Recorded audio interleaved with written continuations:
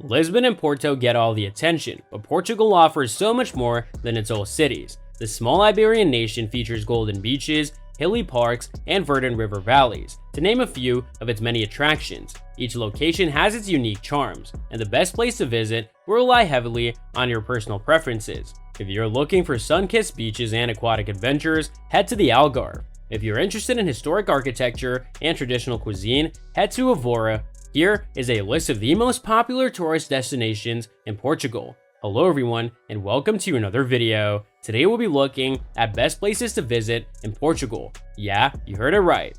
Number 1. Lisbon. 7 distinctive hills overlook Lisbon's postcard-perfect picture of cobblestone alleys, white dome cathedrals, and vast civic squares. An enchanting scene constructed over centuries. The Portuguese capital is brimming with activities, from visiting museums such as the Museu Nacional de Azulejo with its collection of ceramic tiles, the castles such as the Castelo de São Jorge on a hill, to indulging in the city's excellent pastel de nata custard tart. By night, Lisbon's partygoers take over, packing old-fashioned drinking bars, brassy jazz clubs, and all-night clubs that come to life when the sun sets. Lisbon's breweries and bars are good places to sample the city's emerging craft beer sector. Number 2. Douro Valley. One of the most beautiful regions in Portugal is located just east of Porto. Here, the meandering Rio Douro runs over towering hillsides covered in sharply terraced vines to form the oldest delimited wine region in Europe.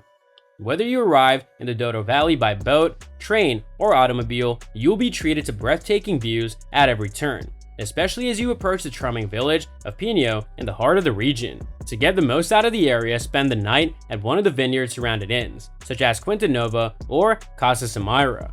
Number 3. Sintra. Sintra, which is less than an hour by rail from the capital, is a terrific alternative for a day excursion away from the hustle and bustle of the metropolis. This old hillside municipality is dotted with stone wall pubs and ruled over by a multicolored palace, much like a scene from a fairy tale. This landscape is reminiscent of a fairy tale, with magnificent castles, magical gardens, weird residences, and centuries-old monasteries concealed among the trees. The nighttime fog lends another dimension of mystique. Evenings spent by the fire in one of Sintra's numerous lovely B&Bs are ideal on chilly nights. Number 4. Óbidos. Wandering the maze of ancient alleyways in the historic town of Bidos is enchanting at any time of the year, but you're in for a special treat if you visit during one of its festivals. Whether you're interested in wearing a mock joust at a medieval fair or delving into the written word at Folio, Portugal's largest international literature festival, you couldn't ask for a better setting. Number 5. Setúbal Peninsula.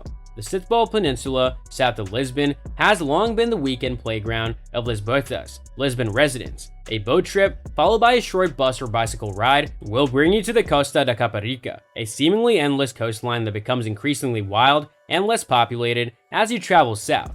This is a spot to go for a surf instruction, some relaxation on the dunes, or a lunch with a view of the crashing waves. If you seek a bit more privacy, head to the southern extremity of the peninsula to the Parque Natural de Arabida. Here, you'll find cliffs covered in dense vegetation, attractive coves, and beaches such as Praia de Portinho da Arabida, which features fine sand, turquoise waters, and the Roman ruins of a historic fortress. Number 6. Porto. It would be difficult to imagine a city more romantic than Porto. The small pedestrian streets, baroque cathedrals, and cafe-studded plazas of Portugal's second largest city lead the eye to the Douro River and its famous bridges. Obviously, there's no lack of excellent experiences here. Start in Ribeira, a UNESCO World Heritage Site, then cross the bridge to Vila Nova de Gaia's centuries-old port wineries, where you may sample the world's finest wine.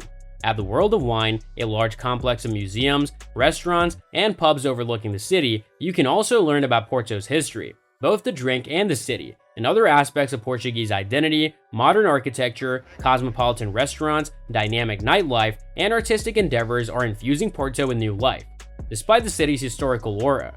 Number 7. The Minho. The Portuguese have a unique affection for the Minho, a beautiful region with vineyard-covered valleys, rugged wildernesses, lonely beaches, and picturesque river villages that appear to have altered little over time. Braga, a city with Roman ruins, a legendary medieval church, and flower-lined plazas dotted with outdoor cafes and restaurants, serves as the region's entryway. Parque Nacional de Peneda Gerês is a large mountainous wilderness with stunning peaks, flowing streams, and stone settlements trapped in time.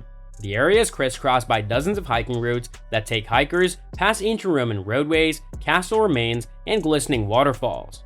So that's all from today's video. If you enjoyed it, remember to leave a like, subscribe, and ring that bell icon so that you never miss our upcoming videos. And don't forget to share your thoughts in the comments section below. Stay tuned, and we'll catch you in the next video.